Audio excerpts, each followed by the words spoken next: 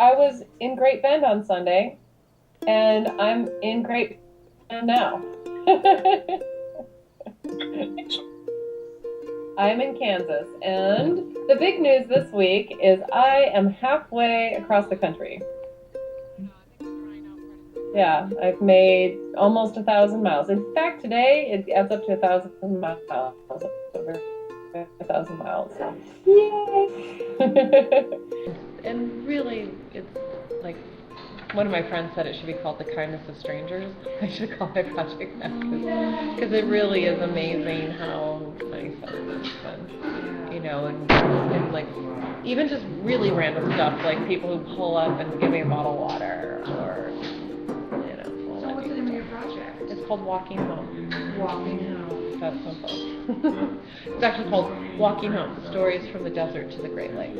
The highlights of this week were that I went to the county fair in Kinsley, the Edwards County Fair, and got to see the pigs get judged, and I got to see the crafts and all of the different corn and actually Milo and wheat that was being grown, and it was actually really cool. I hadn't been to a county fair in a really long time, and it's something that I was hoping to do on this trip because it just seems so hometown.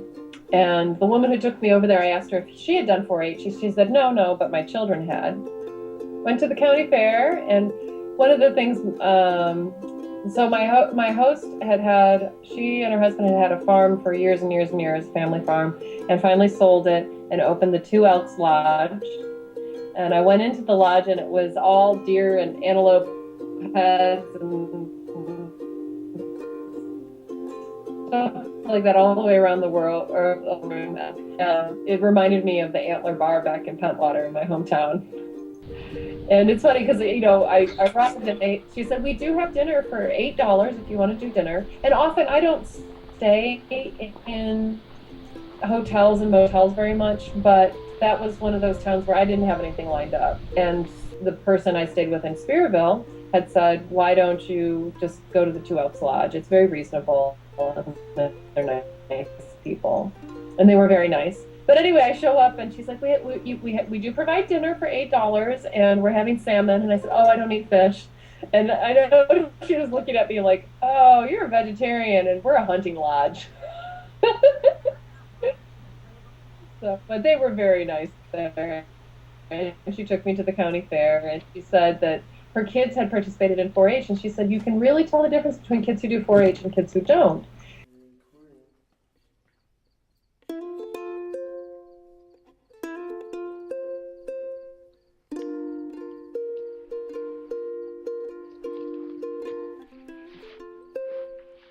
The cheap labor, thank you. Yeah. They're not making money, so. Yeah. Well, listen, good luck to you guys. Thank you very much. It was very nice talking to you. Is Carlene going to pick you up here? She's gonna pick me up over there, so I'm just gonna walk back, get my bag, well, and. Good luck to you. Thank you.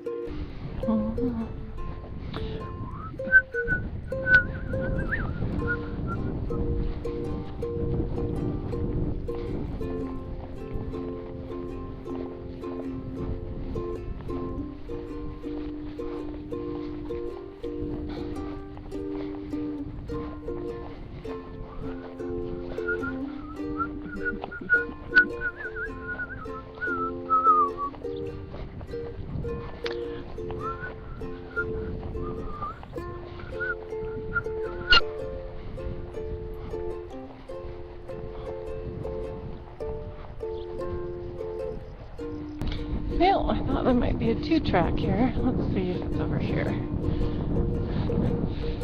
Ooh, tall grass. And no 2-track. Well, maybe been better off over on the other side.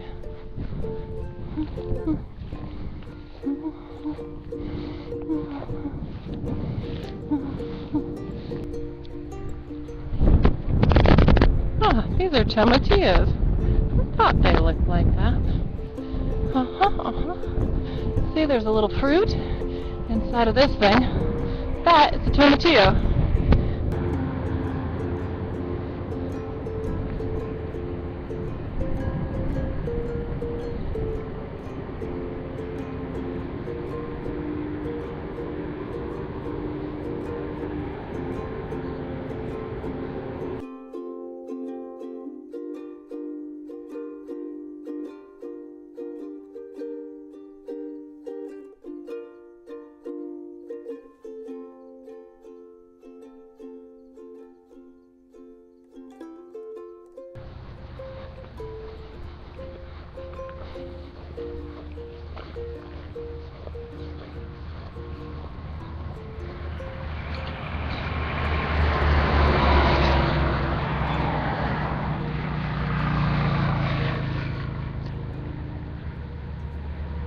trucks drive into the, big rigs drive in to the co-ops and fill up the grain towers or get grain. The railroad comes through and fills up cars. They drive right under them and, fill them up. And they're just impressive. They're interesting. Each set of grain elevators is a little different, and I find them really beautiful. I don't know why. They're just interesting to me. So I've been taking pictures of them. And the steam engines could only go about 17 miles before they needed to refuel. So there's a town every 10 to 17 miles. I haven't had to walk farther than that since I hit Kansas. Yay! Oh, I'm at mile 111. That's cool. And the guy I stayed with, he plays bluegrass music. He plays mandolin, and he plays folk and bluegrass folk and gospel and stuff like that. And he was telling me all the different people he's played with, and interesting guy.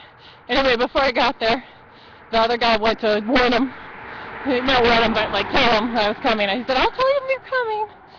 So I stopped because they're it's a small town, 100 and something people. And when I got there, he said, yeah, she's a real young lady. And he thought I was in my 20s or something. And I'm like, well, I turned 40 yesterday, so I'm not a real young lady. He's like, well, you're young enough to be my daughter. I'm going to Dodge City, which will be, woohoo! I'm going to go to Boot Hill, and I'll spend an extra day and get caught up on stuff and also do a little touristy stuff, I do believe. So, I actually find this area really beautiful. I find everything beautiful though, but I love, and I know it's sort of a sad thing, but all these brown fields and the golden hay fields that have been cut and the grass is all golden, everything being all dried, it's all these beautiful shades. It reminds me of a Winslow Homer, or not a Winslow Homer, what's his name, Winslow painting, with just desolate with a little farmhouse off in the distance. I love it. You can see forever, and lots of pretty clouds. No, there's hills. I'm going up a hill right now. It's hardly a hill. But I love that because my legs are happy. I've got short distances on flat ground. I cannot tell you how exciting that is. Everybody else is like, oh my God, Kansas is going to be so boring. And I'm like, oh, I love Kansas. Thank you, Kansas. You could be a little cooler. But there's always a light breeze once it gets hot. It hasn't been the wind that I had. Oklahoma? Oh my God, I thought I was going to die. Every day, the wind was so strong, I couldn't make a phone conversation. I couldn't hear myself think. I kept thinking about the 1920s movie, The Wind. It's a silent film, but it's about the Dust Bowl, and this woman just goes mad out in her little cabin. And that happened to a lot of people because the wind blew for 3 years, with that black dirt coming in. Yeah, and people got lung diseases and died. I was listening to, I looked up an NPR story called The Worst Hard Time. And it's about a book this guy wrote about that time period, not about the people who left. Steinbeck wrote about them. He wrote about the people who stayed. And the ones who stayed, they're tough. They just scratched out a living out of the dirt, grew what vegetables they could grow in their yard, and made it. And that's the people who live here now. They're the descendants of that. So it's kind of interesting. But, some people went crazy. Lots of people left. Everybody in the whole country was in depression, and here it was far, far, far worst.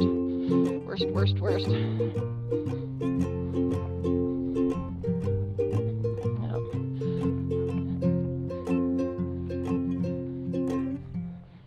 The topsoil blew off.